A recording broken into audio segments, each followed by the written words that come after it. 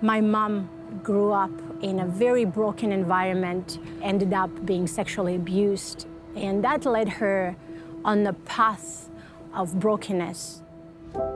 The collapse of the Soviet Union really shook up my country pretty badly, and it's affected everyone, the rich, the poor, because the economy collapsed. And here's my mom working 2 jobs, trying to provide for the family, for her 3 little kids, and then her job is taken away from her. What I start noticing is that men would frequently visit our little home, and my mom would lock us kids in a living room. And for me as a kid, I was probably 7, 8, 9. I couldn't make sense of it. What ended up happening, our home turned into a brothel. And my mom literally at that point had no one to turn to for help, and it was between selling her children or giving her children away or selling her own body to provide for her kids. One of the problems my siblings and I faced on the street is fighting. Because we were pretty much outcast, the poor of the poor and the children of prostitutes would get stones thrown at us and names that went our way that were very abusive. Guys who were older than us would try to make advances at us or grab us inappropriately. My mom's drinking got progressively worse and worse, and though she really loved us, she would turn into someone I didn't know. She would turn her frustration, her anger, her pain onto us, and for little things we would be brutally punished, beaten. My mom would very often leave at night, so during the day we would have men in the house, and at night she would leave, and I would sit at our little balcony and cry and hope that my mom would come back. And one night there was a knock, very loud knock on the door, and I recognized the voice, and he was asking for my mom, and I said my mom wasn't home, he wasn't alone. So they started trying to break the door as we were crying. And living in that neighborhood, it's pretty much you can compare to a ghetto. We didn't have cell phones at that time, and even if we did, nobody would call the police. And even if they did, the police probably wouldn't show up, because our neighborhood wasn't a place that police would show up.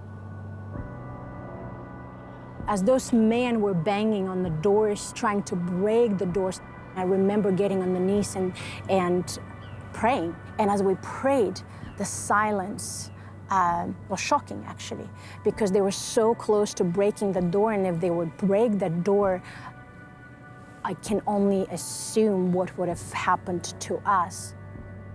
Because later on, I've also learned who that man was. He was part of the mafia.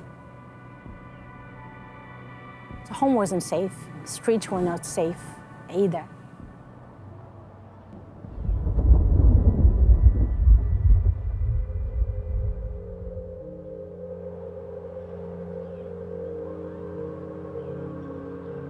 By the age I was 13, I already tried to commit suicide twice. Looking around, everything was so hopeless. Most people that I knew lived in such a brokenness. Home wasn't safe, streets were not saved, and I knew it was only a matter of time before I ended up in the same situation as my mom was. My 3rd attempt would have been fatal. I planned it all out. I wrote my mom a letter, and as I was going from school home to commit suicide, a friend of mine invited me to church, and my first response was, oh, what is church? Because I was growing up in a Muslim country, in a very secular home. I had no concept of Christianity or church, but something within me just drew me into joining her. So I went to church, and I remember coming into the building, and it was just a nothing that I would even consider a church, just a building, sat down, and as soon as people on the stage start singing, I broke down in tears. So I fell madly in love with God. I fell madly in love with Jesus. And that resulted me being in church as much as I could. And that didn't go well with my family, with my mom, and it's resulted me being kicked out of the house. I ended up living on the streets, and we had only one orphanage in the city that was run by a Christian family from Norway. I was 14 at that time, and 2 to 3 months in living in this beautiful, safe, stable, loving environment, we had a war broke out in Tajikistan, in my city. It was a brutal civil war, and all the foreigners had to flee the country for their own safety. So my adopted family had to protect their children and had to leave the country. Shortly afterwards, the pastor of the church took me in. So the years of drinking caused my mom to get very sick. She got sick with liver cirrhosis and lived with that for a few years before passing away at the age of 43. In life, more often than not, most painful experiences of our lives become the areas of our greatest strength and areas where we can minister to people and love on people.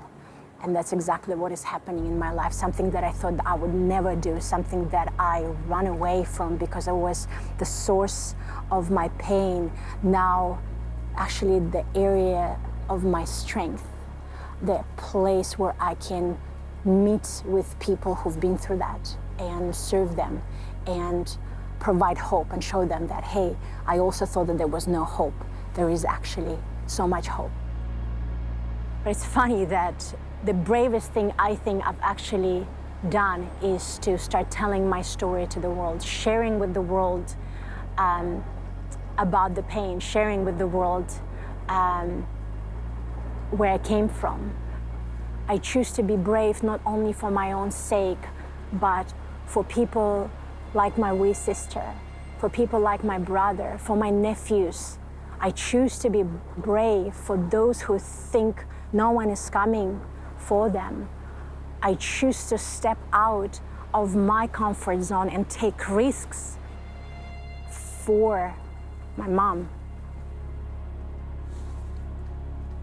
Yeah.